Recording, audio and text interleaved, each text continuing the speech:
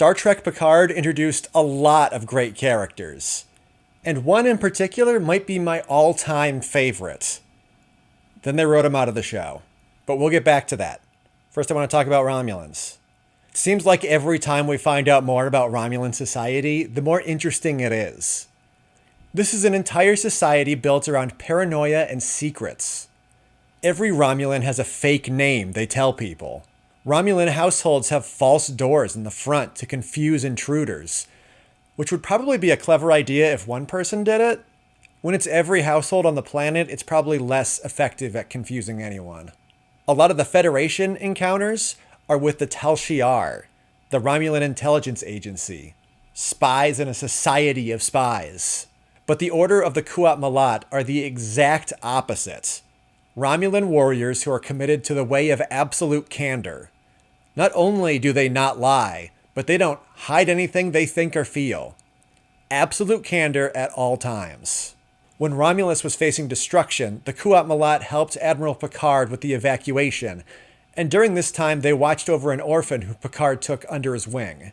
Starfleet abruptly gave up on the Romulan evacuation, and Picard didn't go back for 14 years.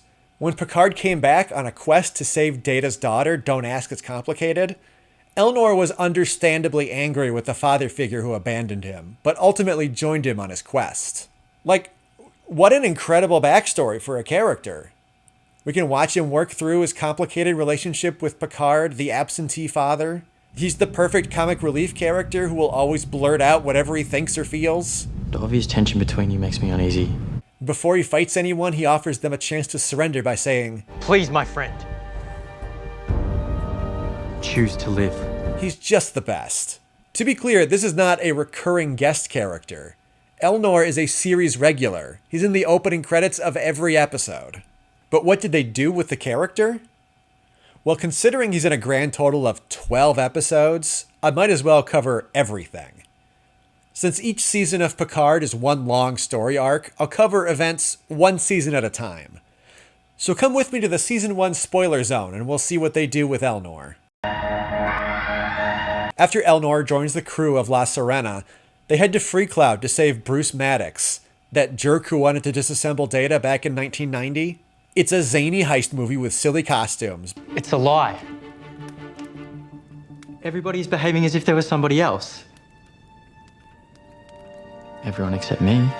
But Elnor can't lie, so his role is pretty limited. From there, they go to the Artifact, the disabled Borg cube controlled by the Romulans. Elnor goes into the Artifact to protect Picard, but he ultimately chooses to stay behind to defend Hugh and the ex-Borg who live there from the Romulans, while Picard rescues Soji. It's his third episode, and Elnor is already separated from the crew for much of the rest of the season.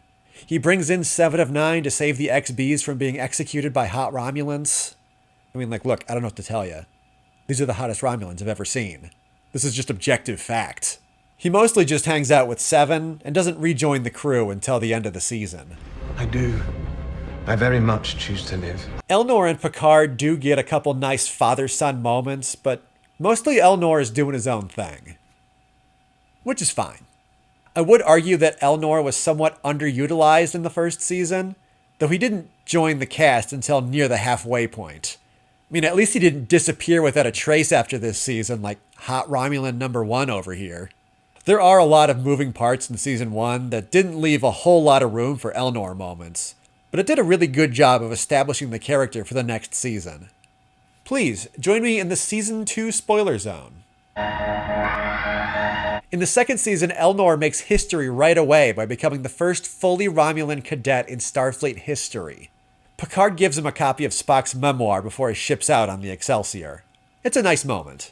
Then Q messes with the timeline and turns Earth into a xenophobic nightmare, and only the Season 1 crew are aware of that change. Our boy pretends to be a prisoner as they put together a plan to go back in time and save the world by doing a Star Trek 4. He gets a wonderful fight scene where he beats up just a whole lot of fascists. The Admiral said to improvise. Show off. It's great. Then he gets killed. Before they can go back to the past, Elnor gets shot by the bad guys and dies. This is the beginning of episode 3. He doesn't get to do any of the fun stuff in the past, which is a shame because nobody was more primed for Star Trek IV hijinks than Mr. Absolute Candor. He remains in the cast, technically, but mostly it's only so Raffi can keep thinking she sees him when she tries to cope with his death. They're cameos at best. He does still get another big fight scene at the end of the season in the form of a hologram.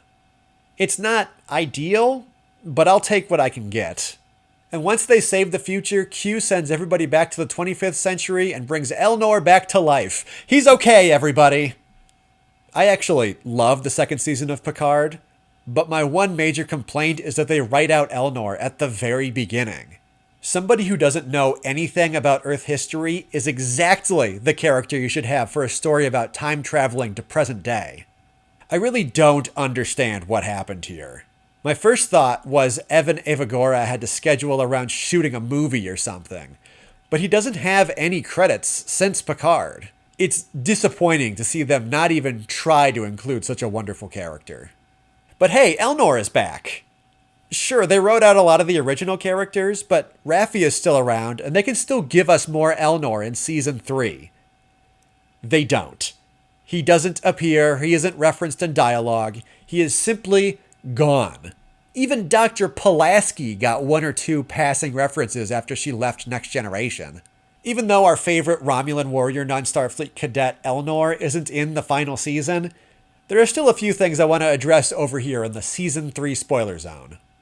The intrigue and nuance of a relationship between Picard and his Romulan son could be a little difficult to square with a season that's about Picard and his literal actual son, Jack Crusher. Though I think it would have been just as well to have Elnor team up with Raffi for her adventures with Worf. It's just a profound shame that this series included Elnor and Worf, and they never met. And when I say met, I do mean engaged in an epic sword fight. One more thing worth addressing. The Excelsior is destroyed in the Frontier Day attack near the end of the season.